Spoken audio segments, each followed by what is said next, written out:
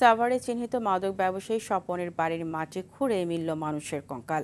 এ সময় গর্তে পড়ে থাকা পুরনো কাপড় দেখে সেটি 1 বছর আগে নিখোঁজ পোশাক শ্রমিক তোফাজ্জল হোসেন টোটনের কঙ্কাল বলে দাবি করেন স্বজনেরা।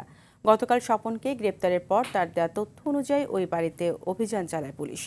সাভার থেকে জিয়াউর রহমানের প্রতিবেদন, জানাচ্ছেন সাইদ মাহমুদ।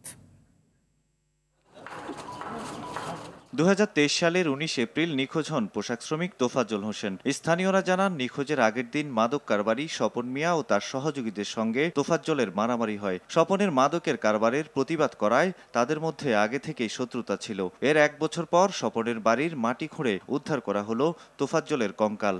মাদক ব্যবসা করে আমার ভাই মনে বাধা দিছে, আমার ভাইরে মাইরা লাইছে, আমার ভাইটার এই কারণে মাইরা লাইছে। তনুর লাশটি পেলাম এই একই মাদক সংক্রান্ত কারণেই এই তনুকেও সে হত্যা করে এবং এইখানে সে লাশ পুঁতে রাখে। সাভারের বিরুলিয়া এলাকার পুলিশের সোর্স সীমা নিখোঁজ হবার ঘটনায় তদন্ত নামে ডিবি। এরপর গত 6 জুন বিরুলিয়ায় স্বপনের আরেক বাড়ি থেকে সীমা বেগমের মরদেহ উদ্ধার করে পুলিশ। এ ঘটনায় গ্রেপ্তার সাইফুলের দেয়া তথ্য অনুযায়ী গতকাল ধামরাই থেকে মাদক ও অস্ত্রসহ স্বপনকে গ্রেপ্তার করা হয়।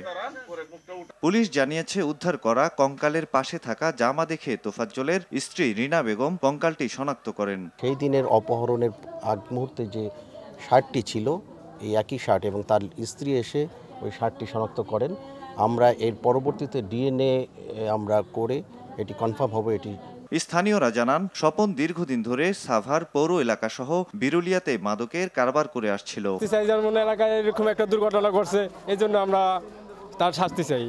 আসতো ও তো মনে করেন ওখানে অবৈধ ব্যবসা করতো, ইয়াবা মানে সরাসরি ব্যস্ত, নিচের থেকে পালাইতো, উপর থেকে পালাইতো, এগুলো আমরা দেখতাম।